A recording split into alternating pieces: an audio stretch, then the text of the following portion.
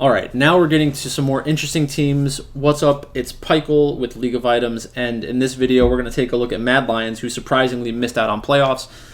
They were a much stronger team last year before they had all of the players leave their team, basically.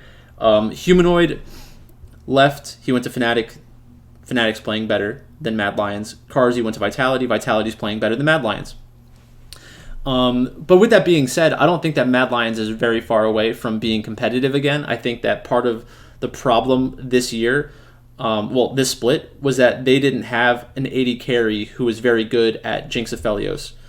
And it looks like we're moving away from that kind of meta, so Mad Lions should be a big beneficiary of that. And why does that happen? That happens because that gives even more strength to the top lane, to junglers, and to mid laners, because they don't have to worry about scaling as hard as a Jinx or Aphelios.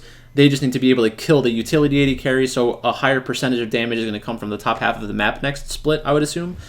And that's going to be good for Mad Lions. Armut is a good but not great player. I think he's a little bit better than league average. I think most teams in the LEC, if you swapped out their top laner for Armut, would be just as good, if not better, with Armut.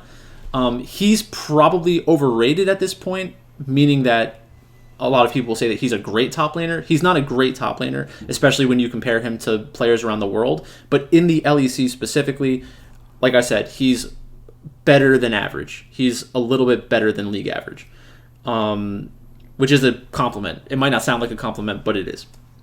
In the jungle, we have Elyoya. Elyoya, good player, still only 21 years old. Probably has 2 or 3 more years of high level, like very, very high level League of Legends, and maybe longer. The problem with this split for him is that there were opportunities for players to carry games through the jungle, but the way that you had to do it was more of like a traditional style League of Legends. It wasn't as much of the hard farming, giving like an extreme amount of resources to the jungler, and that's really where Elyoya would shine. His like CS, I think, was much higher than a lot of other players in the LEC in the jungle. So like him against Malrong, I think he averaged like 40 more CS than Malrong, but Malrong is better at playing the J4 style where you're just ganking consistently and then trying to help out your team. That's not to say that Malrong probably isn't also better at the carry style, but we just haven't seen it as much from him either. So if we're shifting metas into a utility carry, a utility AD carry meta, that should help Elyoya as well. So this is another reason why I think their prospects for next split are probably just going to be better. Reeker, it's really tough to measure Reeker off of this split because this is not what the team was. This is not how the team was supposed to operate in that kind of meta. It's just not. It wasn't for them. At least that's kind of how I can kind of justify this to myself.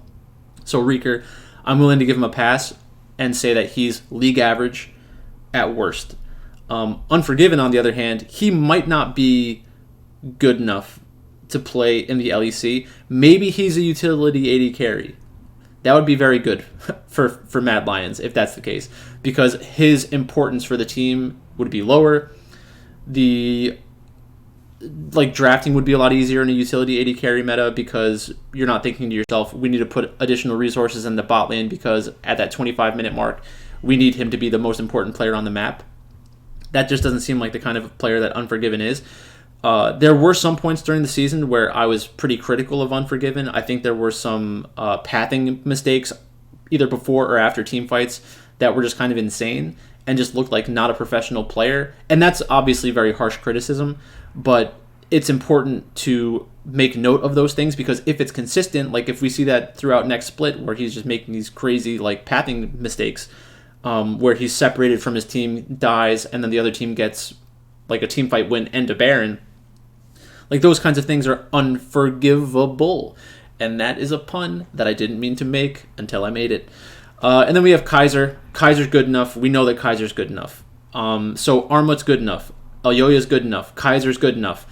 If they are successful in the summer, it's probably going to be due to the talent level of those 3 players, plus a good meta shift, plus Reeker and Unforgiven benefiting from that meta shift. So that's really what I'm hoping for. Unforgiven and Reeker, if they show that they're good enough in the summer split, then going into next year, maybe they make a roster change, but they'll probably keep them the same. Mad Lions believes in their talent evaluation. I think they probably get too much credit for it because the metas have been kind of good to them so far. So I guess there's really one of two scenarios. It's either the previous metas were so good for Elyoya that he kind of carried the rest of the team and is overrated, which I think it might be that case.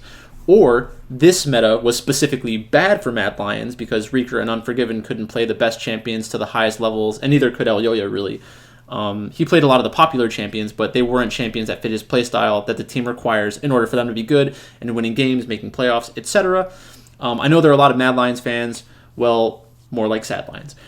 So I know that this might upset some people. But, I think that their prospects for summer are good. So unless they make a change in the mid lane and bot lane, I think that we should probably give them the benefit of the doubt that they do make playoffs next split. But whether or not they can be competitive to win the summer championship will depend on the meta shift or Reeker and Unforgiven kind of evolving into better players, or at least showcasing more on stage. But it's probably going to end up being the meta thing, in which case they'll be good. So that's it. That's all I've got for you in this video. If you liked this video, make sure to like, comment, subscribe, share it on Twitter, all those nice things. If you want to support the channel, check out thrivefantasy.com. Use promo code PIKEL. 100% deposit match up to $100. It's a really good deal. But that's all we've got for you today. Thanks for watching, and I'll talk to you later.